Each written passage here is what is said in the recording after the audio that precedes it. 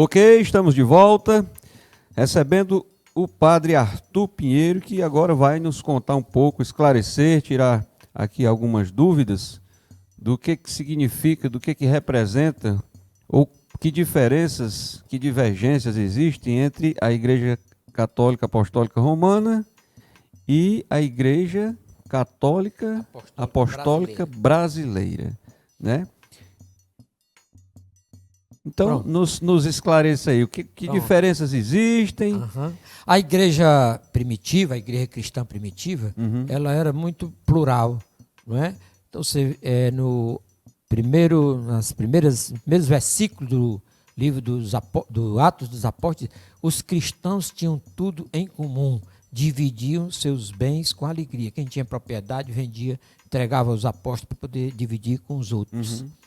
Mas a igreja se espalhou, entrou no Império Romano, principalmente entre as classes menos favorecidas, né?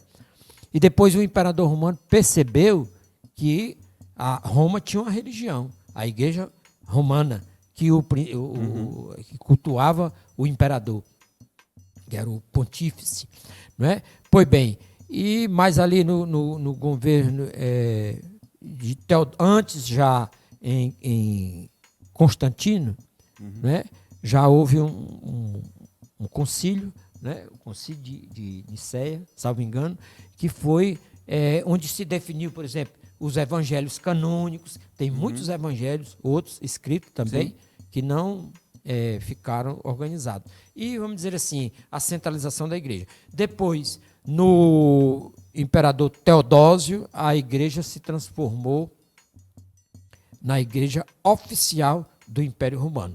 E ela recebeu muita influência do Império Romano, a sua estrutura. Na Idade Média, o Império Romano caiu, a partir do século XV, né, 1476. Dei muita aula de história, mas estou aquilo bem lembrado. Pois bem, caiu o Império Romano, e a única organização, a organização mais estruturada, era da Igreja Católica, que passou toda a Idade Média, né? Ela tem o privilégio de organizar nas catedrais todas as primeiras bibliotecas, né?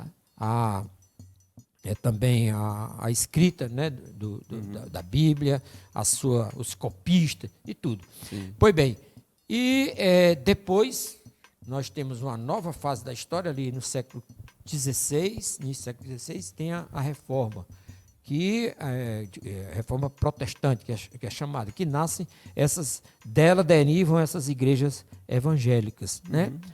E antes, lá atrás, também já houve um cisma na igreja, a igreja oriental e a igreja romana. Por exemplo, na igreja romana, o celibato é obrigatório, e o Papa é o chefe temporal na terra, sim, da igreja. Na igreja oriental, não tem o celibato obrigatório para os padres. A igreja oriental que o senhor se refere é ortodoxa. Certo. Né? E os chefes da igreja são os patriarcas. Tem o patriarca da Rússia, o patriarca de Constantinopla, a Ucrânia. A Ucrânia é católica, tem o patriarca da Ucrânia, nessa guerra aí que tem Rússia e Ucrânia, tem os seus piacim, o patriarca, o patriarca de cada região, né, que é o chefe temporal da igreja. Mas nós sabemos que o chefe da igreja... Então quer dizer que os patriarcas orientais, eles não são subordinados ao Papa? Não, são independentes, né? São igrejas independentes, como eu estou dizendo. A igreja, o Papa é o chefe da igreja romana, da igreja ocidental romana. Né? Mas a igreja, a cabeça da igreja é Jesus. Sim. E o corpo somos nós. Né? Então a igreja é cristã, podemos dizer, ela está organizada em várias denominações, cada uma com o seu tipo de organização, mas o chefe supremo celestial da igreja, como está dito por São Paulo, é Jesus. Ele é o cabeça da igreja. No caso da igreja brasileira, no ano de 45, o bispo Dom Carlos Duarte, no ano de 1913, um padre em São Paulo, ele fundou a Igreja Católica Apostólica Brasileira. Mas sendo ele padre, ela não podia ter sucessão, porque a sucessão na igreja católica, seja ela católica, seja ocidental ou oriental, romana ou ortodoxa, a sucessão vem dos bispos. O bispo é que sagra os outros bispos para continuar. Nós temos aí a sucessão apostólica, desde os apóstolos. Então, esse padre ele não tinha, então a igreja não podia continuar.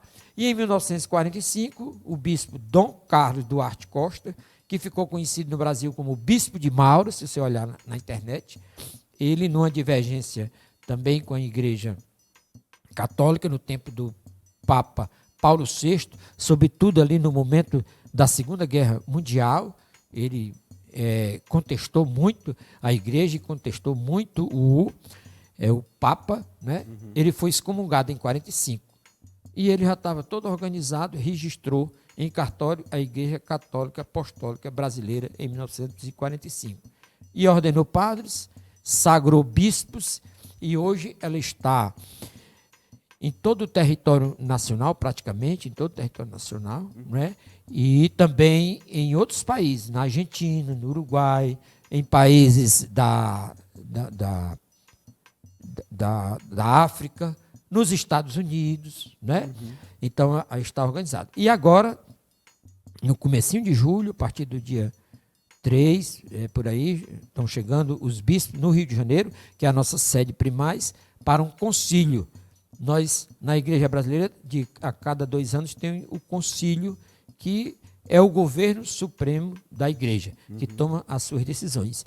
E a administração temporal da igreja é feita por um conselho episcopal de 12 bispos, sob a presidência de um bispo, né?